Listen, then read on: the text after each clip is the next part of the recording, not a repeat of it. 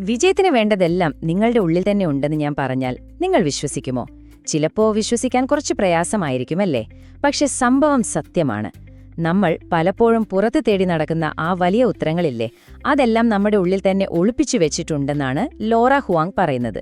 അപ്പോൾ എന്താണ് ആ ആശയം എന്ന് നമുക്കൊന്ന് നോക്കിയാലോ? എപ്പോഴെങ്കിലും തോന്നിയിട്ടുണ്ടോ ഈ വിജയത്തിലേക്കുള്ളൊരു രഹസ്യവഴി എവിടെയാണെന്ന്? ആ ഒരു മാന്ത്രിക താക്കോൽ കിട്ടിയാൽ എല്ലാം ശരിയാകും എന്ന് കരുതി നമ്മളൊക്കെ എത്രയോ കാലമായി പുറത്തിങ്ങനെ തെരഞ്ഞുകൊണ്ടിരിക്കുകയാണല്ലേ?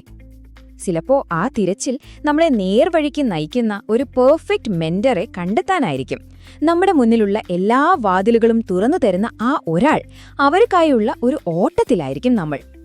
അല്ലെങ്കിൽ പിന്നെന്താ, ഏറ്റവും പുതിയ പ്രൊഡക്ടിവിറ്റി ഹാക്ക് ഏതാണ്, ഏറ്റവും പുതിയ ബിസിനസ് സിസ്റ്റം ഏതാണ്, ഇതൊക്കെ പഠിക്കാൻ വേണ്ടി നമ്മൾ ഓടുകയാണ്.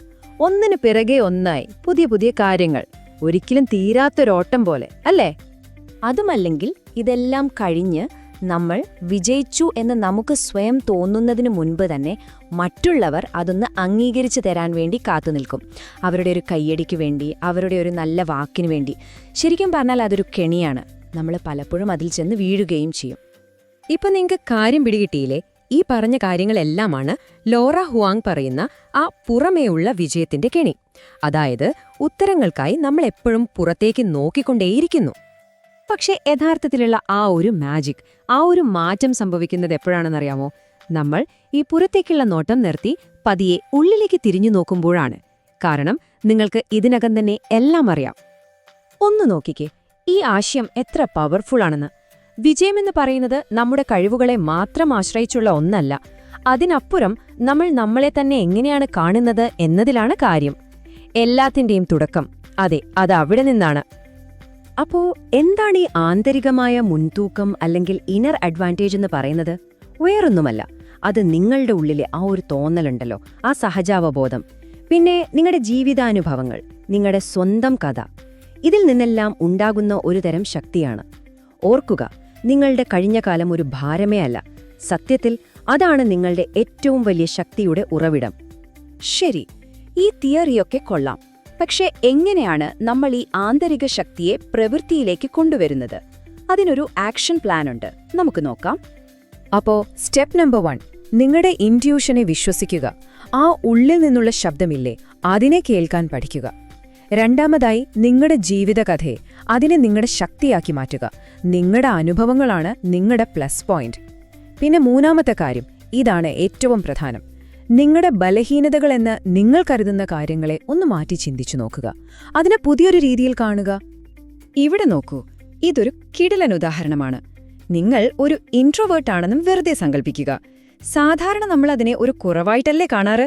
എന്നാൽ അതിനു പകരം നിങ്ങൾ ഒരുപാട് ചിന്തിക്കുന്ന, കാര്യങ്ങൾ ആഴത്തിൽ വിശകലനം ചെയ്യുന്ന ഒരാളാണ് എന്ന് അതിനെ ഒന്ന് റീഫ്രെയിം ചെയ്തു നോക്കിക്കേ. നിങ്ങളുടെ കാഴ്ചപ്പാട് തന്നെ മൊത്തത്തിൽ മാറിയില്ലേ? ഓക്കെ, അപ്പൊ നമ്മുടെ ബലഹീനതകളെ നമ്മൾ ശക്തിയാക്കി മാറ്റി. ഇനി എന്തു ചെയ്യണം? നമ്മുടെ ഈ പുതിയ കാഴ്ചപ്പാട് മറ്റുള്ളവരെങ്ങനെ കാണുന്നു എന്നതിനെപ്പറ്റി നമ്മൾ ബോധവാന്മാരാകണം. അതോടൊപ്പം ഏറ്റവും പ്രധാനമായി നമ്മൾ നമ്മളായിരിക്കുക. മറ്റൊരാളാകാൻ ശ്രമിക്കരുത്. ആധികാരികതയാണ് പ്രധാനം.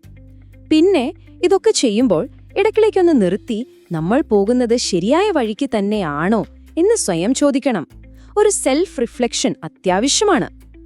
അപ്പോ ഈ മാറ്റങ്ങളെല്ലാം നമ്മളിൽ ഉണ്ടാക്കുന്ന ആ ഫൈനൽ റിസൾട്ട് എന്തായിരിക്കും?